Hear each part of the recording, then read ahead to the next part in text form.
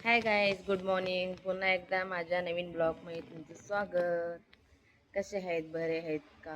हो, मी बी बरी आहे.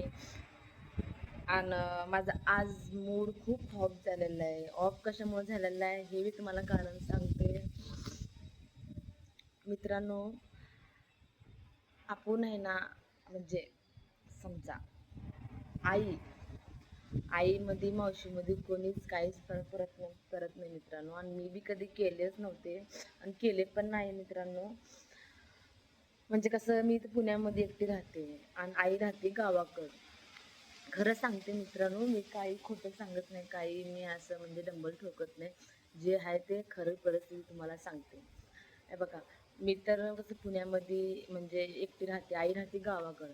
आणि माझी मावशी म्हणजे आईची बहीण, लहान बहीण, पहिल्यापासून म्हणजे लहान लहान मुलं होते तेव्हापासून तेव्हापासून मी तिला म्हणजे ती लांब राहते ना आई.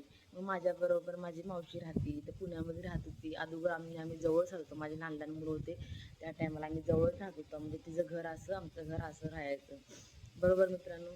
आणि आई आई आईच्या जागी जर मावशी जर आपल्यासोबत जर राहिली तर तिलाच आपण आई समजता, मावशीलाच आई समजता गाईस सगळेजण. म्हणजे मावशी म्हणजे माझी मावशी सख्खी मावशी आहे, म्हणजे आईची सख्खी सख्खी म्हणजे सख्खी बहीण आहे. आईची सख्खी बहीण आहे, माझ्या आईची सख्खी बहीण आहे ती. आणि माझ्याबरोबर राहत होती. लहान लहान मुलं असतात तर मग तिला माझ्याबरोबर राहत होती. आता काय माझे मोठे मुलं झालेत, कारण की तीच माझी काळजी घेत होती. मी खोटं बोलत नाही, माझी काळजी घेत होती माझ्या म्हणजे बारक्या पोरावर.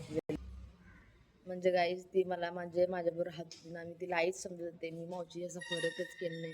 आईसारखे सगळ्या गोष्टी, मनातल्या गोष्टी सांगत होते, सगळ्या गोष्टी करत होते गाईज. असं नाही की नाही, मी सगळ्या गोष्टी माझ्या मावशीबरोबर शेअर करत होते. पण कोण कोण असं वाटते, कोणाला कोणाला प्रत्येक टायमाला ती मी कधीही तिच्याबरोबर चांगलं वागायचे गाईस. असं बी नाही की मी माझं वागत होते, तिच्याबरोबर चांगलं वागायचे, तिच्याबरोबर चांगलं बोलायचे. पण ती मला कधीच समजून घेतली नाही गाईस. प्रत्येक टायमाला आमच्या घरामध्ये भांडण लावायची, माझ्या नवऱ्याला काहीतरी सांगायची आणि माझ्या नवऱ्याला काहीतरी शिकवायची. प्रत्येक टायमाला गाईस, प्रत्येक टायमाला आमच्या घरात भांडण लावायची. मी घरात असले की मला शिकवायची, माझा नवरा कामाला गेले की कामावर म्हणजे त्यांच्याबरोबर कामं द्यायची ना, म्हणजे त्याने कामं करायचे ना, एकत्र सगळ्यातून कामं करायचे ना. तर मग घरात राहिले की मला शिकवायची, कामाला गेलं की नवऱ्याला शिकवायचे. आणि त्यांनी सकाळी जाताना चांगलं राहायचे आणि परत कामावरून आलं परत वेगळंच त्यांचं म्हणजे असं वेगळंच त्यांचं मूड राहायचं. आले की एकदम चिडचिड करायचं. मी माझं स्वयंपाक बनवलं तर जेवायचं नाही, बाद झालं मला बोलायचं नाही, तोंड फुगून राहायचं. ह्या सगळ्या गोष्टी करत राहिले. मला कळालंच नाही अगोदर स्टार्टिंगपासून, मला कळालंच नाही मेन मुद्दा काय या गोष्टीचं मला कळालंच नाही गाईज. मी म्हणलं असं काय वागायला येऊ माझ्याबरोबर. मग मी कधी कधी म्हणजे असं म्हणजे आता नवरा घरात चांगला असलं की गायस बरं वाटतं. मग नवरा आपल्याबरोबर असं वाईट वागलं की चांगलं वाटत नाही ना. तर खरी माझी सख्खी मावशी गाईस, असं बी नाही की दुसरं कोणी परके लोक नाही. माझी सख्खी आईची बहीण, सख्खी म्हणजे आईची बहीण, लहान बहीण, माझी आई मोठी. तर रोज सारखे सारखे माझ्या नवऱ्याला काही कान भरायचे करायचे. मला एवढं वैताग येत होतं गाईस, खूप वैताग येत होतं. म्हणजे मला कळतच नव्हतं मेन मुद्दा आहे ना, असं का करतो. सकाळी जातं तर चांगलं राहतं, संध्याकाळी घरी आलं ह्याचं मूड का चेंज होते.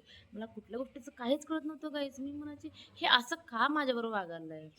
तर मला एक दिवस असंच कळालं. म्हणजे म्हणजे 4-5 म्हणजे 4-5 आठवडे गेले, म्हणजे 1 महिना झाला. दीड महिना झाला.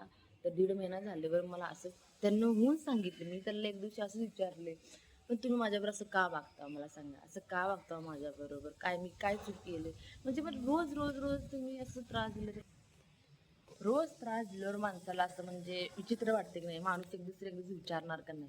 मी त्यांना एक दिवस असंच घरी आले ते, आणि घरी आल्यावर त्यांना एकदाच मी विचारले, म्हणजे चांगलं म्हणजे व्यवस्थित त्यांना समोर बसून विचारले, तुम्हाला काय प्रॉब्लेम आहे मला सांगा. म्हणते सकाळी तुम्ही जाताय चांगलं जाते, परत कामावर आले, तुम्हाला असं का वागताय, कशामुळं, मला मुद्दा कारण सांगा तुम्ही. अशामुळे असं माझ्यावर कशामुळे वागता काय, हे गोष्टी सगळे मी त्यांना एकदा विचारले. मग त्यांनी एकदा मला सांगितले की असं असं तुझी मावशी मला सांगते की तू असं वागते तसं वागते, असं म्हणजे रॉंग वागते. मला माझ्यापेक्षा तुला काय कमी आहे, तू असं मला असं असं म्हणजे सगळ्या गोष्टी तुमच्या मनातल्या गोष्टी त्या दिवशी मला सांगितल्या. मग त्या टायमाला मला कळालं गाईज की खरं आपण ज्या माणसाला आपण आई म्हणून विश्वास ठेवून सगळ्या गोष्टी सांगत होतो, सगळ्या गोष्टी करत होतो, पण तीच माझी दुश्मन बनली की नाही, म्हणजे माझ्या विरोधात तिनं माझ्या नवऱ्याला मला कान भरवली की नाही, ह्या गोष्टीचं मला खूप त्रास होत होता. म्हणजे तू टेन्शन होतं. तिला डायरेक्टली जाऊन विचारू शकत नव्हते गायस की तू असं का केली, बरोबर. मग असं का केली, मला डोकं चालत होतं की असं काय केली, असं का. मला लई टेन्शन होतं, रोज मी टेन्शन घेत होते. तिला विचारत नव्हते. ती यायची, बसायची माझ्याबरोबर, मी बी जायची. बरोबर मनाने हा गायस, मी असं विचारले पण नाही डायरेक्टली. मी तिला विचारलं नाही की तू माझ्या नवऱ्याला असं काना का भरती असं. म्हणजे कसं तिला बी वाईट वाटलं, नवरा म्हणजे तिलाही वाटू नये की बाबा सगळं बायकोला सांगितले.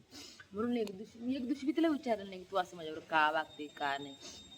माझ्या नवरा बायकोमध्ये कशाला भांडलं होते, मी कधीच तिला विचारलं नाही. खूप वेळा माझ्या घरात भांडण लावली.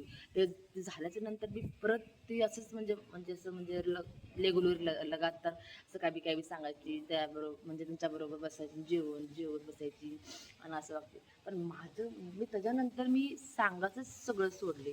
मग ती विचार करायली, म्हणजे विचार करायला असेल मी ते मला माहिती नाही. मग तिने विचार करत होती वाटतं की असंच की मी हिला सांगितले, असं केलं.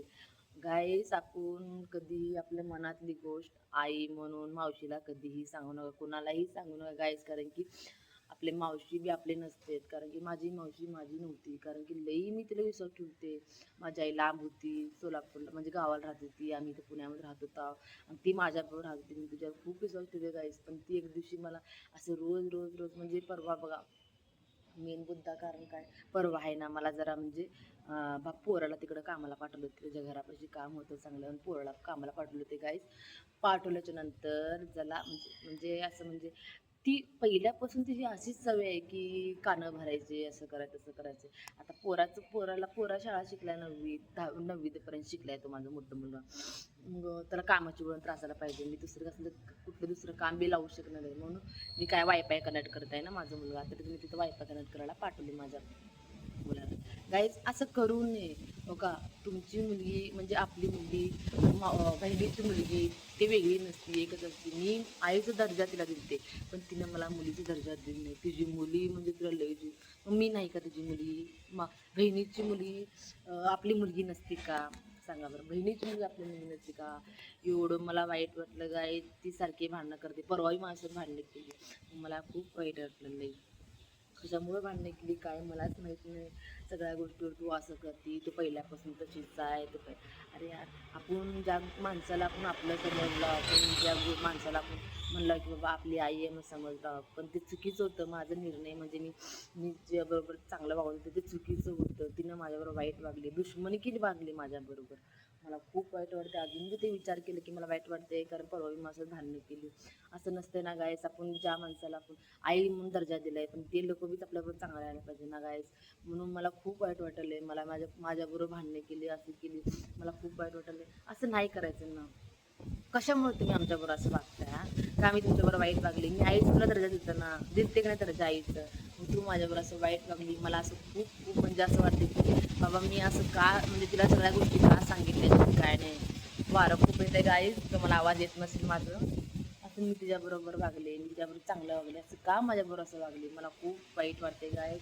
म्हणून म्हणते आपण आई कुणावर कधी विश्वास ठेवू नका, आपली मनातली गोष्ट कुणाला कधी सांगू नका. तेच लोक उद्या आपलं घर वाटोळं केल्याशिवाय राहत नाहीत. माझं वाटोळं झालेलं आहे गाईस, तुम्ही बी समजून घ्या. तुम्हाला तर कळायला असेल आता मी सांगितलेल्या गोष्टी. म्हणून आई म्हणून मावशीवर बी आपण विश्वास ठेवणं आता काही राहिलंच नाही. मी खूप विश्वास ठेवते, पण अखेरमध्ये माझ्या घरात तिनं भांडणं लावली. म्हणून आता ती लांब आहे, आम्ही लांब आहे, बोलतच नाही आम्ही एकमेकाला. पण तरीही ती आमच्याबद्दल वाईट विचार करते. बघा काय, आपण कुणावर वाईट विचार केला की पहिला आपलं वाईट होते.